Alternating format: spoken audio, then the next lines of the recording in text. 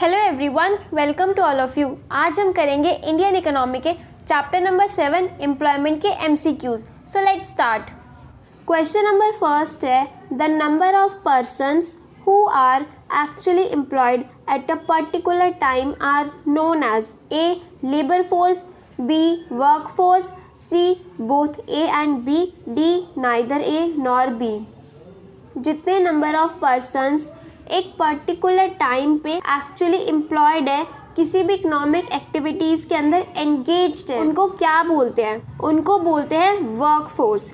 Work force के अंदर वो लोग आते हैं जो किसी भी प्रोडक्शन एक्टिविटीज़ के अंदर एंगेज्ड होते हैं, जो एक्चुअली एम्प्लॉयड होते हैं। तो इस क्वेश्चन का राइट आंसर है option B, work force.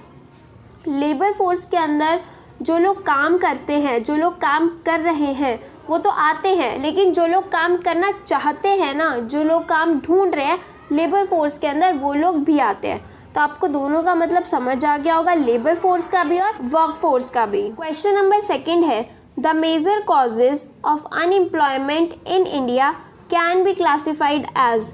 Unemployment के कौन कौन से मेजर कॉजेज हैं इंडिया के अंदर? ऑप्शन ए है under developed agriculture.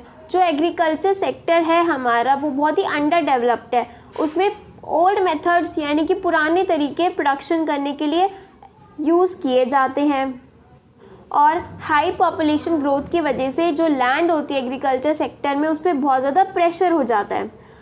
Second option है रैपिड पॉपुलेशन ग्रोथ। क्या पॉपुलेशन ग्रोथ भी एक कारण है अनएम्प्लॉयमेंट का? यस, जो हमारी पॉपुलेशन है ना, वो बहुत तेज़ी से ग्रो हो रही है, और जो एम्प्लॉयमेंट अपॉर्चुनिटीज़ है ना, वो ग्रो नहीं हो रही है। ठीक है, एम्प्लॉयमेंट अपॉर्चुनिटीज़ तो बढ़ नहीं रही है, लेकिन पॉपुलेशन बहुत ज़्यादा इंक्रीज़ हो रही है, जिसकी वजह से कंट्री के अंदर अनएम्प्लॉयमेंट की सिचुएशन बहुत ज़्यादा है।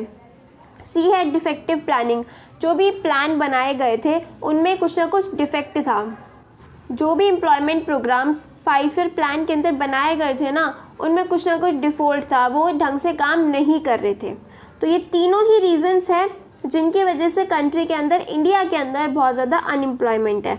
तो इसका राइट आंसर है option D, all of these. Question number third है, dash are hired on permanent basis and also get social security benefits. ऐसे कौन से वर्कर्स होते हैं जिन्हें परमानेंट बेसिस पे हायर किया जाता है और उनको सोशल सिक्योरिटी बेनिफिट्स भी मिलते हैं? सोशल सिक्योरिटी बेनिफिट्स के अंदर आते हैं जैसे कि प्रोविडेंट फंड्स, या फिर उनको जो पेंशन्स दी जाती है। तो ऑप्शन है कैजुअल वर्कर्स, बी है सेल्फ एम्प्लॉयड वर्कर्स, सी है रेगुलर वर्कर्स, डी है नन ऑफ दीज। तो ऐसे वर्कर्स जो कि परमानेंट बेसिस पे हायर किए जाते हैं, वो होते हैं रेगुलर वर्कर्स। इस क्वेश्चन का राइट आंसर है ऑप्शन सी, रेगुलर वर्कर्स।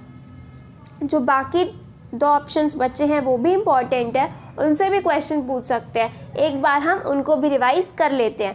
कैजुअल वर्कर्स वो वर्कर्स होते हैं जिन्हें परमानेंट बेसिस पे काम नहीं मिलता है, जिनकी कोई रेगुलर इनकम नहीं होती है, जिन्हें कोई सोशल सिक्योरिटी बेनिफिट नहीं मिलता है। और सेल्फ एम्प्लॉयड वर्कर्स वो वर्कर्स होते हैं जो कि सेल्फ एम्प्लॉयड होते हैं, जिनके खुद के फैक्टर ऑफ प्रोडक्शन होते हैं, जिनके खुद की लैंड होती है, खुद की लेबर होती है, खुद की कैपिटल होती है, उन्हें बोलते हैं self employed worker. For example, अगर एक फार्मर है, ठीक है, वो अपनी लैंड पे फार्मिंग कर रहा है, तो उसे क्या बोलेंगे? Self employed farmer. डॉक्टर्स होते हैं, लॉयर होते हैं, शॉपकीपर होते हैं, ये सारे भी क्या होते हैं? Self employed workers. Question number fourth है, unemployment that occurs at certain seasons of the year is known as. जो अनएम्प्लॉयमेंट एक साल के अंदर, एक ईयर के अंदर किसी सर्टेन सीजन में आती है, उस अनएम्प्लॉयमेंट को क्या बोलते हैं? क्या होता है, हर जगह ना कुछ सीज़न या कुछ मंथ ऐसे होते हैं जब वहाँ पे काम नहीं होता है, मेनली एग्रीकल्चर सेक्टर में होता है, ठीक है, जब वहाँ पे अनएम्प्लॉयमेंट की सिचुएशन होती है, तो उस अनएम्प्लॉयमेंट को क्या बोलते हैं? Option A seasonal unemployment, option B open unemployment, option C hidden unemployment, option D none of these. तो ये तो बहुत सिंपल है, सर्टेन सीजन्स में आती है अनएम्प्लॉयमेंट, तो उसको बोलते हैं सीजनल अनएम्प्लॉयमेंट।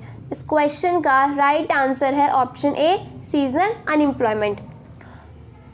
ओपन अनएम्प्लॉयमेंट भी आपको पता होना चाहिए क्या होती है। ओपन अनएम्प्लॉयमेंट वो होती है जब लोगों को काम नहीं मिल रहा होता है, जो लोग काम कर सकते हैं, काम करने के लायक हैं, ठीक है, और जो मार्केट के अंदर वेज रेट चल रहा है ना, उस रेट पे काम करने को तैयार है, फिर भी उन लोगों को काम नहीं मिल रहा है, उसको बोलते हैं ओपन अनएम्प्लॉयमेंट। समझ आ गया आप लोगों को? और हिडन अनएम्प्लॉयमेंट बोलते हैं डिसगाइज्ड अनएम्प्लॉयमेंट को। डिसगाइज्ड अनएम्प्लॉयमेंट तो आप लोगों को पता होगा। मान लेते हैं एक मशीन है, उस मशीन पे सिर्फ 2 लोगों की ज़रूरत है, लेकिन उस मशीन पे 5 लोग काम कर रहे हैं, तो वो जो 3 लोग हैं ना, वो कोई आउटपुट में एडिशन नहीं कर रहे हैं, तो वो 3 क्या हो गई? अनएम्प्लॉयमेंट हो गई। इसे कहते हैं हिडन अनएम्प्लॉयमेंट। क्वेश्चन नंबर 5 है the ratio of labour force total population is termed as. Ratio of labour force to total population को क्या बोलते हैं? It is termed as labour force participation rate. ठीक है, जब लेबर फोर्स और total population की रेशियो निकालते हैं ना, तो उसको बोलते हैं लेबर फोर्स पार्टिसिपेशन रेट। तो इसका राइट आंसर है ऑप्शन ए। वर्क फोर्स क्या होता है वो हमने पिछले क्वेश्चन में समझ लिया है। क्वेश्चन नंबर 6 है, ट्रू फॉल्स बताना है। Deficiency of demand is the root cause of cyclical unemployment. Deficiency of demand, demand की कमी होना रूट कॉज होता है साइक्लिकल अनएम्प्लॉयमेंट का। तो साइक्लिकल अनएम्प्लॉयमेंट का मीनिंग हमें पता होना चाहिए। साइक्लिकल अनएम्प्लॉयमेंट होती है बिजनेस फ्लक्चुएशन की वजह से। जब इकॉनमी के अंदर रिसेशन, डिप्रेशन, बूम की सिचुएशन होती है ना, तब साइक्लिकल अनएम्प्लॉयमेंट होती है। और डिफिशिएंसी ऑफ डिमांड कब होती है इकॉनमी में? जब रिसेशन और डिप्रेशन की सिचुएशन होती है। रिसेशन और डिप्रेशन में क्या होता है? लोगों के पास कैश नहीं होता है, लोगों के पास मनी नहीं होती है, तो इसलिए जो डिमांड होती है वो कम हो जाती है और साइक्लिकल अनएम्प्लॉयमेंट की सिचुएशन इकॉनमी के अंदर क्रिएट हो जाती है। तो ये स्टेटमेंट बिल्कुल सही है। Deficiency of demand root cause है साइक्लिकल अनएम्प्लॉयमेंट का।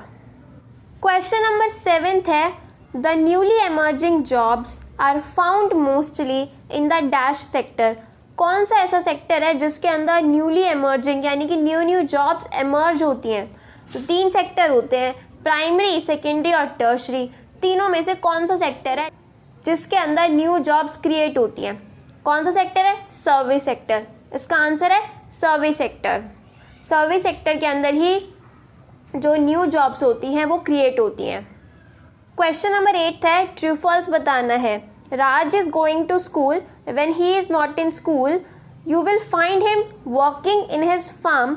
राज स्कूल जाता है, लेकिन जब वो स्कूल नहीं जाता है ना, तब आप उसको उसके फार्म्स में काम करते हुए देखोगे।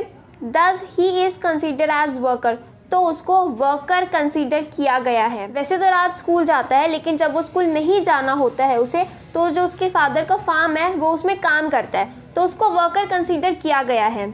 ये स्टेटमेंट फॉल्स है, गलत है, क्योंकि राज वहाँ पे कोई भी प्रोडक्शन एक्टिविटी में इंगेज नहीं है। ठीक है, वो कोई जीडीपी में प्रोडक्शन ऐड नहीं कर रहा है। अगर राज किसी इकोनॉमिक एक्टिविटी के अंदर एंगेज्ड होता तो ही उसको वर्कर कंसीडर किया जाएगा, अदरवाइज नहीं किया जाएगा। तो ये स्टेटमेंट क्या है? गलत है, फॉल्स है। क्वेश्चन नंबर 9 है, you are a factory owner. आप एक फैक्ट्री के ऑनर हो and have given employment to 400 workers. आपने 400 लोगों को, 400 वर्कर्स को एम्प्लॉयमेंट दे रखी है, काम दे रखा है। If 10 workers are dismissed by you, आपने क्या किया? 10 लोगों को डिसमिस कर दिया without loss of production, then this situation will be described as. 10 लोगों को आपने डिसमिस कर दिया, काम से निकाल दिया, लेकिन 10 लोगों को निकालने की वजह से ना प्रोडक्शन पे कोई भी इफेक्ट नहीं हो रहा है, प्रोडक्शन कम नहीं हो रहा है। जितना आउटपुट 400 वर्कर्स पे था ना, उतना ही अभी भी है जब 10 को निकाल दिया। तो इस सिचुएशन को हम क्या कंसीडर करेंगे? Option A casual unemployment, option B structural unemployment, option C disguised unemployment, option D seasonal unemployment. तो इस क्वेश्चन का राइट आंसर है option C disguised unemployment. Disguised unemployment में क्या होता है? जितने वर्कर्स की जिस काम में ज़रूरत होती है ना, उससे ज़्यादा वर्कर्स ना वहाँ काम कर रहे होते हैं। तो अगर उस काम में से हम कुछ वर्कर्स को निकाल भी देना, तो प्रोडक्शन पे कोई इफेक्ट नहीं होता है।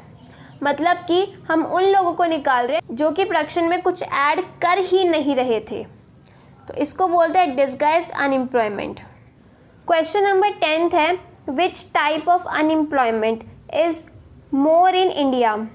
इंडिया के अंदर कौन सी एम्प्लॉयमेंट सबसे ज़्यादा है? Option A open unemployment, option B disguised unemployment, option C seasonal unemployment, option D educated unemployment. India के अंदर सबसे ज़्यादा डिसगाइज्ड अनएम्प्लॉयमेंट है। क्यों है? क्योंकि एग्रीकल्चर सेक्टर की वजह से डिसगाइज्ड अनएम्प्लॉयमेंट सबसे ज़्यादा एग्रीकल्चर सेक्टर में देखने को मिलती है, और इंडिया के अंदर अबाउट 70% से ज़्यादा लोग एग्रीकल्चर सेक्टर में ही एंगेज्ड है। वहाँ पे क्या होता है, एक फील्ड के अंदर ना अगर 5 लोगों की ज़रूरत है ना, वहाँ पे 10 लोग काम कर रहे होंगे, 8 लोग काम कर रहे होंगे। जितने लोगों की ज़रूरत है ना, उससे ज़्यादा लोग काम कर रहे होते हैं। इसीलिए इंडिया के अंदर डिसगाइज्ड अनएम्प्लॉयमेंट सबसे ज़्यादा होती है।